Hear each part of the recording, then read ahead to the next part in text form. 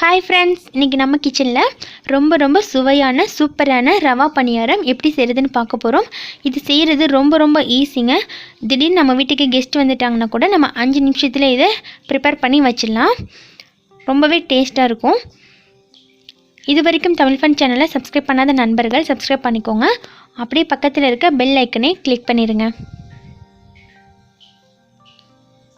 இப்போ நம்ம ஒரு பவுல் எடுத்துக்கலாங்க.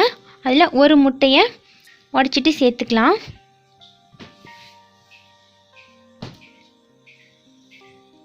அது கூட 1/4 கப் அளவுக்கு சர்க்கரை சேர்த்துட்டு நல்லா மிக்ஸ் பண்ணிடுங்க. சர்க்கரை கரையிற அளவுக்கு மிக்ஸ் பண்ணால் போதும்.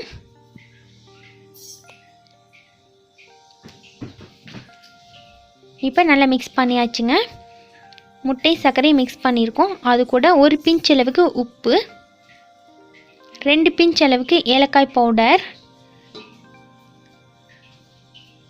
1 பிஞ்ச் அளவுக்கு சோடா உப்பு. இது வந்து நம்ம ஆப்ஷனல் தான். சோடா உப்பு சேர்க்கலனாலும் நல்லா சாஃப்டாக வரும்.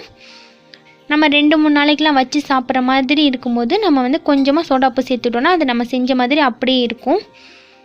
இந்த பணியாரம் வந்து பார்த்திங்கன்னா நம்ம 3 நாள் 4 நாள் வரைக்கும் கூட ஸ்டோர் பண்ணி வச்சுக்கலாம் குழந்தைங்களுக்கு கொடுக்கறதுக்கு. இப்போ இது கூட 1 கப் ரவா, அப்புறம் 1/4 கப் அளவுக்கு அரிசி மாவு. வீட்டில் இருக்க நம்ம எந்த அரிசி மாவு வேணாலும் யூஸ் பண்ணிக்கலாம். கடையில் வாங்குறதா இருந்தாலும் யூஸ் பண்ணிக்கலாம். எல்லாத்தையும் சேர்த்துட்டு நல்லா பிசைஞ்சுக்கோங்க. இதில் நம்ம தண்ணி சேர்க்கக்கூடாதுங்க.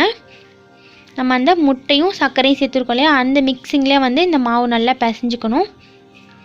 நல்லா பிசைஞ்சு எடுத்துக்கிட்டு அதுக்கப்புறமா தேவைப்பட்ட 1 ஸ்பூன் அளவுக்கு பால் சேர்த்துக்கலாம். சம்டைம்ஸ் பார்த்திங்கன்னா முட்டை வந்து நல்லா பெருசாக இருக்கும். அந்த மாதிரி முட்டை சேர்க்கும் போது நம்மளுக்கு பால் தேவைப்படாது. முட்டை கொஞ்சம் கம்மியாக சின்ன முட்டையாக இருந்துச்சு அப்படின்னா நம்மளுக்கு 1 ஸ்பூன் அளவுக்கு பால் சேர்க்குற மாதிரி இருக்கும். அவ்வளோதான். நம்ம தண்ணியில் சேர்க்கக்கூடாது. இதை திக்காக நல்லா சப்பாத்தி மாவு மாதிரி பிசைஞ்சிக்கோங்க. இதை நம்ம ரொம்ப நேரம் ஊற வைக்கலாம் தேவையில்லை. பிசைஞ்சிட்டு நம்ம உடனே வந்து எண்ணெய் ஹீட் பண்ணிவிட்டு நம்ம பொரித்து எடுத்துடலாம். ரொம்பவே கிறிஸ்பியாகவும் சாஃப்ட்னஸாகவும் இருக்கும். சாப்பிட்றதுக்கும் ரொம்ப டேஸ்டியாக இருக்குங்க. இதை விட நம்ம ரொம்ப சுலபமாக ஒரு ஸ்நாக்ஸ் செய்யவே முடியாது. அவ்வளோ ஈஸியாக செஞ்சிடலாம். இப்போ ஸ்டவ் ஆன் பண்ணிவிட்டு ஆயில் வச்சுட்டேன். ஆயில் ஹீட் ஆனதுக்கப்புறமா நம்ம எடுத்து வச்சுருக்க மாவை சின்ன பால்ஸ் மாதிரி செஞ்சு ஆயிலில் பொரிச்சிக்கலாங்க. ரொம்ப ஷேப் பண்ணணும்லாம் தேவையில்லை.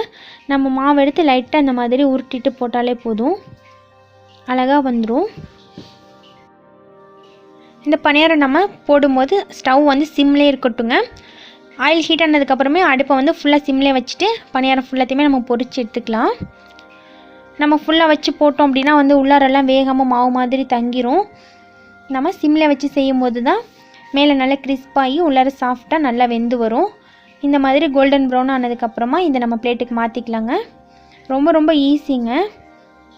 சமைக்க தெரியாதவங்க, பலகாரம்லாம் செய்ய தெரியாதவங்க கூட இந்த ஸ்நாக்ஸை ரொம்ப ஈஸியாக செஞ்சிடலாம்.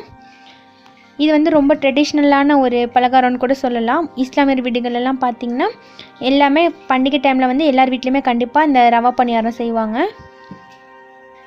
ரொம்ப சிம்பிளாகவும் இருக்கும், ரொம்பவே டேஸ்டியாகவும் இருக்கும். இதே மாதிரி நம்ம எல்லா மாவுங்களையும் உருண்டைங்களாக போட்டு பொரித்து எடுத்துக்கலாங்க. அவ்வளோதான், நம்மளுடைய சூப்பரான சுவையான சாஃப்டான ரவா பணியாரம் சூப்பராக ரெடி ஆயிடுச்சுங்க. இதே மாதிரி நீங்களும் வீட்டில் ட்ரை பண்ணி பாருங்கள். இந்த வீடியோ உங்களுக்கு பிடிச்சிருந்துச்சின்னா மறக்காமல் லைக் பண்ணி உங்கள் ஃப்ரெண்ட்ஸ்க்கும் ஷேர் பண்ணுங்கள். தேங்க்யூ.